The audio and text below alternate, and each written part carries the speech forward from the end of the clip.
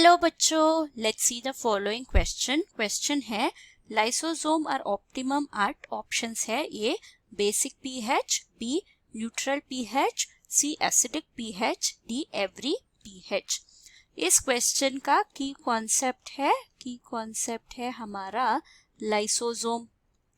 Lysosome के बारे में बात करें तो इनका स्ट्रक्चर जो है ये single membrane bound cell organelle होता है। Single membrane bound cell organelle, तो इसका एक ही मेम्ब्रेन होता है। सो इसको कॉमनली हम सुसाइडल बैग भी बोलते हैं क्योंकि ये कंसिस्ट करता है हाइड्रोलाइटिक एंजाइम्स।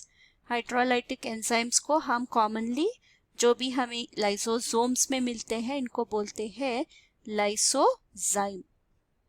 ओके, तो इन एंजाइम्स का फंक्शन क्या है? ये डाइजेस्टिव इन नेचर होते हैं। क्यों? या क्या क्या डाइजेस्ट कर सकते हैं? जो भी फॉरेन मटेरियल एंटर होता है into the body, foreign substance that enters the body, वो क्लीन कर लेता है। सो वेस्ट मटेरियल्स अगर है वो बॉडी में सेल में, वो भी क्लीन कर लेता है। तो इसीलिए इसको गार्बेज डिस्पोजल ऑर्गन भी बोला जाता है। गार्बेज डिस्पोजल या फिर स्कैवेंजर भी बोला जाता है। और स्कैवेंजर जो सेल को क्लीन कर रखने के लिए हेल्प होता है, स्कैवेंजर। और मेन जो है ये डाइजेस्ट कर लेता है, डाइजेस्ट्स ओल्ड और worn out cell organelles. Worn out cell organelle, अगर कुछ सेल ऑर्गेनल फंक्शन नहीं कर रहा है तो ये उनको खा जाता है, डाइजेस्ट कर लेता है। और लास्ट जो है वो है अगर सेल इन्फेक्टेड है, इफ सेल इज इन्फेक्टेड तो क्या होगा? इन्फेक्शन तो स्प्रेड हो जाएगा। सो क्या करता है ये सेल, इन्फेक्टेड सेल का लाइसोसोम जो है वो बर्स्ट हो जाता है और हाइड्रोलाइटिक एंजाइम को रिलीज कर लेता है। सो क्या होगा? सेल जो इन्फेक्टेड हो गया है वो सेल का डाइजेशन हो जाएगा।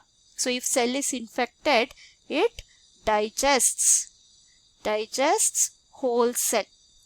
सो इस प्रॉपर्टी के लिए इसको बोला जाता है suicidal bag of the cell. Suicidal bag, क्योंकि ये अगर सेल इन्फेक्टेड है या फिर फंक्शन नहीं कर रहा प्रॉपरली तो बर्स्ट होके सेल्फ डेथ की तरफ जाएगा। तो अगर हम इसको देखें, हाइड्रोलाइटिक एंजाइम्स जो है वो टिपिकली फंक्शन करते हैं under pH of 4 to 5। Okay, तो अगर पीएच नॉर्मल नहीं है, 4 to 5 बिटवीन नहीं है, इस हाइड्रोलाइटिक एंजाइम्स का फंक्शन जो है वो सीज हो जाएगा। तो हमारा आंसर क्या होगा? ऑप्टिमल जो होता है 4 to 5 वो एसिडिक होता है। तो आंसर है option C, acidic pH. Hope you have understood the concept. Thank you and all the best.